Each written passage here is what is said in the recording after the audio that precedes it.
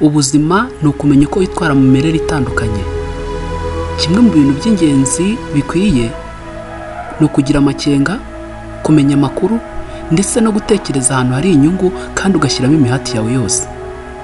Utekereza ko ushobora gufata ibuye rimwe rikica inyoni ebyiri. Hari amahirwe aza rimwe na rimwe ukayakoresha neza kukubyarira inyungu z'igihe kirekire. Hari n'amahirwe aza akaguca mu myanya y'intoki. Ese nawe wabumbura ikiganza cyawe maze ugatora aya mahirwe akuri imbere? Chia Seed ni igisubizo. Ese abahanga mu by'ubusesenguzi no kumenya byinshi kuri byo ni iki bayivugaho? Shyira amaveba n'amakenga kuri bimwe wakumva kuri Chia Seed. Nizere yuko ikiganiro kirangira nawe umaze gufata umwanzuro. Ikaze.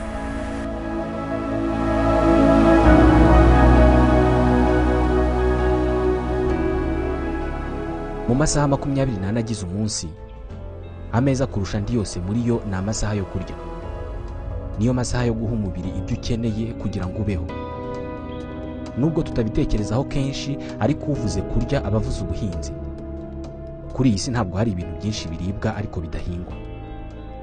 Ubuhinzi nibwo soko y'amikoro ya 80% by'abaturage bose bafite amikoro make mu isi. Usibye no kuba butunze abatuye isi yose, ni n'isoko y'ubukungu kuri benshi mu batuye isi. Urwego rw'ubuhinzi rukoresha abantu miliyari 1,300,000, ariko bose ntabwo bakijijwe n'ubuhinzi, kandi ni ibintu bishoboka cyane. Gusa biterwa n'ubwoko bw'ubwo buhinzi ndetse n'ubwoko bw'igihingwa. Uyu munsi ushaka guhinga ibihingwa bibyara ubukire, igitekerezo cyiza ni uguhinga igihingwa cyitwa Chia Seed. Imbuto zifite ibara ry'umweru cyangwa se ry'umukara, zifite inkomoko muri Mexique no muri Guatemala muri Amerika y'Amajyepfo. Urubuto rumwe rwa Chia Seed rupima umurambararo wa milimetero 1. Ni ubwoko bw'imbuto z'ibinyampeke. Zishobora kuribwa uko zakabaye zikiva mu murima, zishobora gusebwamo ifu cyangwa se zigakorwamo amavuta, yaba yo kurya cyangwa se yo kwisiga. Izi mbuto iyo uzishyize mu mazi cyangwa se andi matembabuzi, rumwe rukurura amazi akubye inshuro 12 uburemere bwarwo, rukabyimba. Hari zitwa Salvia hispanica n'izitwa Salvia columbaria. Mu myaka 5000 ishize, abantu babaga mu gice cya Amerika y'Amajyepfo, by'umwihariko aba-Aztec n'aba-Amerindiens, bakoreshaga izi mbuto nk'ibiryo cyangwa se nk'umuti. Aba-Amerindiens bakundaga kumara igihe kinini iruhande rw'umuriro, haba mu guteka cyangwa se mu kota. Ni igikorwa cyatumaga amaso yabo ajyamo tumwe mu tuvungukira tw'amakara cyangwa tw'ibiti, ariko duto cyane tutagaragara. Utwo tuvungukira twinjiraga mu jisho. Mbere yo kuryama mu ijoro, yafataga urubuto rwa Chia Seed akarushyira mu jisho. Uru rubuto rwakururaga amatembabuzi yo mu jisho na twa dutotsi tukagenderamo, maze mu gitondo akabyuka rwa rubuto rwasohotse mu jisho ruri hanze yaryo, ariko naryo ryakize. Ni imbuto zibamo imyunyungugu nka calcium, proteine, fibre, glucide ndetse n'amakalori, byose biri ku gipimo cyo hejuru. Zikaba mu bwoko bw'intungamubiri umubiri ubwawo udashobora kwikorera. Ni ubwoko bw'intungamubiri ziba mu mavuta akorwa mu bimera, mu binyampeke nk'ibyitwa lin na Chia Seed. Ni intungamubiri ziba no mu mafi y'amoko atandukanye. Ni ubwoko bw'intungamubiri zigabanya ingano y'ibinure mu maraso y'umuntu, ibinure bishobora gutuma umuntu arwara umutima. Zituma ubwonko bw'umuntu bukora neza, ndetse zigafasha amaso kubona neza.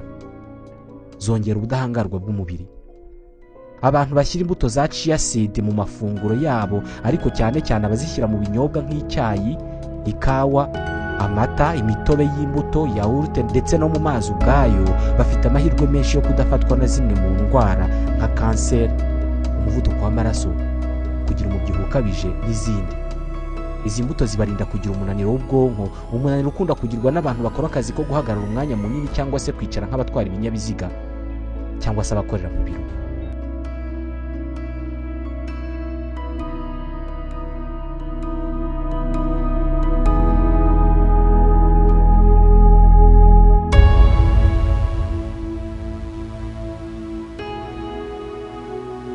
Ibi nibyo bigira izi mbuto igihingwa cy'agaciro gakomeye mu buhinzi mu birebana n'amafaranga.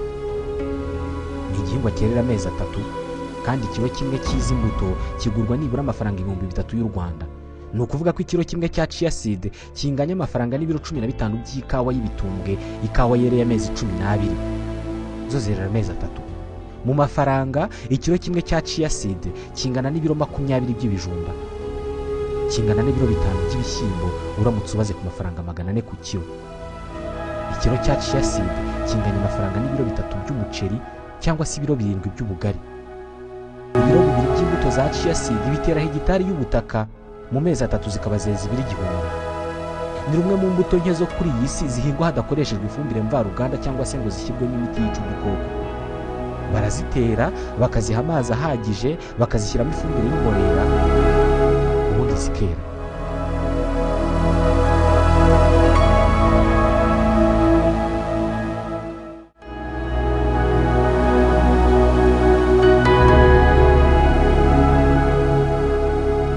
Ibi byose wumvishe si inzozi, si ikiganiro ndetse si n'ubundi butumwa, ni impamo aka kanya.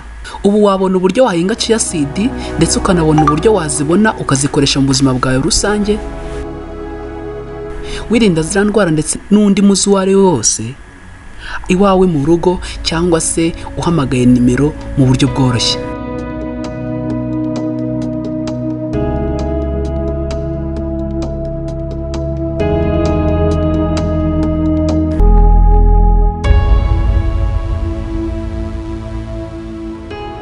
Guhinga chia seed ntabwo ari uguhinga ibihingwa gusa, ni uguhinga amafaranga.